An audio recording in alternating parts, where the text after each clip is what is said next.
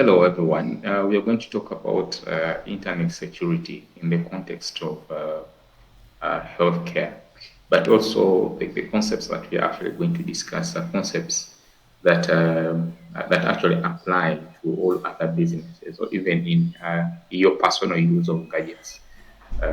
You actually need to be safe on the internet because you don't want people to have access to your personal information just because you were just on the internet. So you will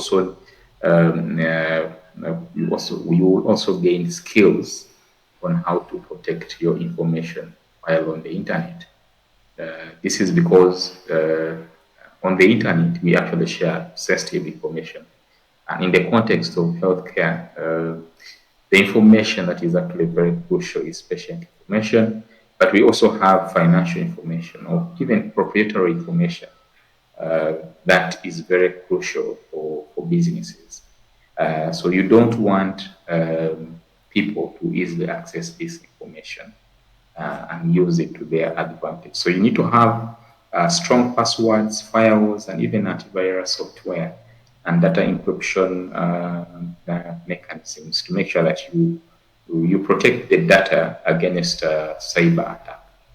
So when we basically talk about internet security in healthcare, we look at the measures that are taken to protect the healthcare systems or even data from unauthorized access, use, disclosure, disruption, modification, or even destruction. So people who may have interest in accessing your data may use it uh, in ways that you actually may not want them to use to do uh, or even to modify or even to release the public. So they can do anything with the data. So you need to be very, very careful because definitely it's about it can damage the reputation of the business, the hospital if you have people having access to it. Patients will not trust you anymore. You will make financial losses, but also you'll be sued as a hospital. So when you have people having unauthorized access to your information as a hospital, the following will happen. They will have patient information, okay, and then they will be able to use the patient information or patient identification information to do other things with that information. So, for example, if they access information of a patient, that information perhaps is linked to uh, uh, an electronic payment system. Uh, that means that they can actually steal money, or they can steal money from the system because they have particulars of the individual. They can do that. So it's very important that you have a mechanism to protect against those issues. Uh, but also, again, very importantly, um, the information about a patient's health status is supposed to be protected because it can be used in a number of malicious ways. It can be used for blackmail, it can be used for political reasons, it can be used for many things. So it is actually imperative that the health facilities actually protect this data very well. But as health workers and the healthcare managers, it is our obligation to make sure that this data is safe and is actually not being used by people who may have their own other motives.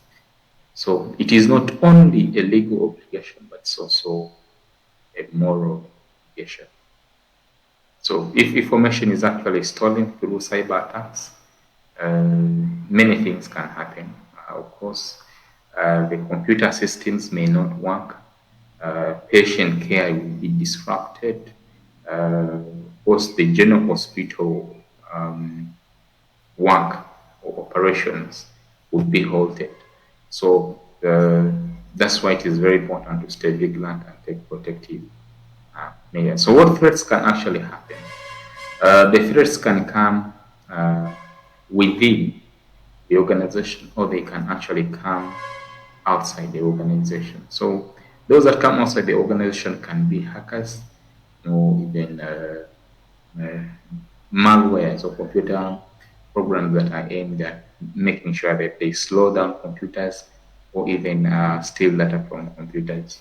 Or they can be internal, or for example, a staff who is actually disgruntled um, uh, may use um, uh, computers to access information that they're not supposed to access, and then use it either to blackmail the organization or even to do things that are not very professional. So the threats can come in different aspects.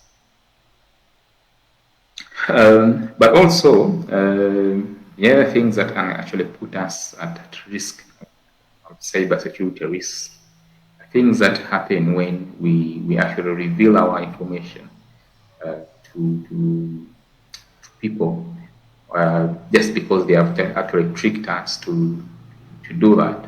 So, for example, siphoning is when you have someone sending you something like a genuine email, and then you click on it, and then it tells you log in this for you to access this.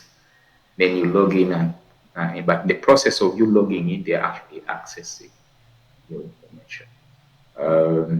And then the other things are the ransomware, spyware, and then the general term, which is basically malware. These are computer programs that can be can be sent to your computer, can infect your computer, and they steal data, and also slow down your computer. So commonly, they target, or these attacks target emails. Okay, so like the example that I've just explained, or through the browser. As you're browsing, you see something that is actually, it can be a pop-up, uh, icon or extension. So you click on it, and then it comes up. Then it's basically an attack. Okay, or even our smartphones. Most likely, our smartphones, we find a way of connecting our smartphones to our computers. So if you get your smartphone infected, most likely you will be able to transfer that that virus to the laptop, and generally, of course, the other computer systems within the health facility. Uh, and then also, someone can gain access to your device when they actually they are not next to you physically. So that is remote access to devices, and then they can do whatever they want, especially stealing data they want from you. So there are many attacks that are very historical in nature in healthcare, and that result from internet security breaches. And these have had a lot of significant impact on uh, significant impact on healthcare delivery.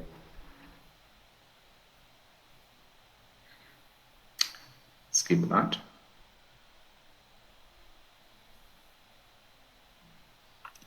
Okay, so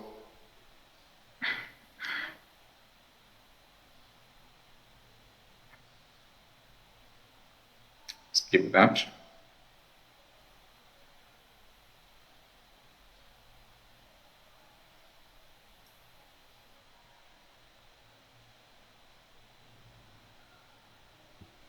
Yeah, so within a hospital, it is very important that regular risk assessments and management processes are actually undertaken. There should be a policy that guides this assessment and what actions can actually be taken. The measures that can be instituted include firewalls, encryption, and then intrusion detection, prevention systems to detect any kind of cybersecurity attack or threat.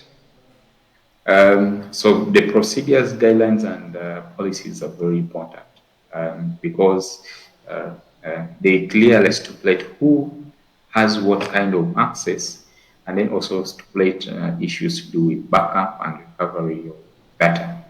And then what happens if you have a cyber security breach? And then also training the employees on what to do when there are cyber attacks.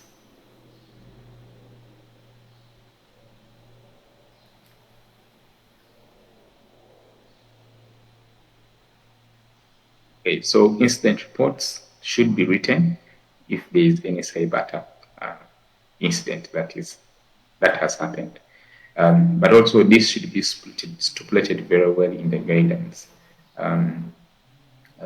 What kind of response will the organization actually take if there are any cyber attacks? And then there should also be a plan for disaster recovery. So if systems have been corrupted and data has been lost, how should that data be restored?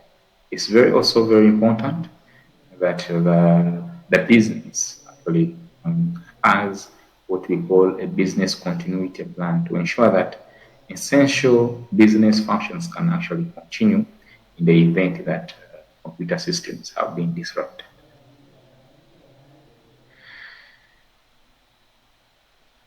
Another aspect is what we call testing and validity of plans. Please, you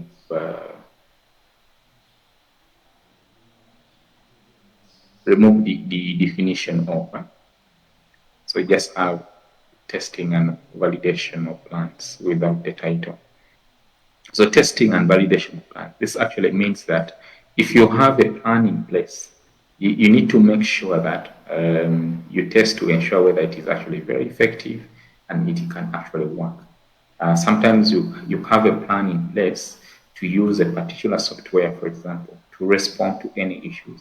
But when the issues arise, you realize that the program that you're going to use is not actually going to work, or it is actually outdated. So it is very important to keep information, software updated. All these plans should actually be updated. And then we move to the new technologies that can actually help in detecting any threats, such as phishing,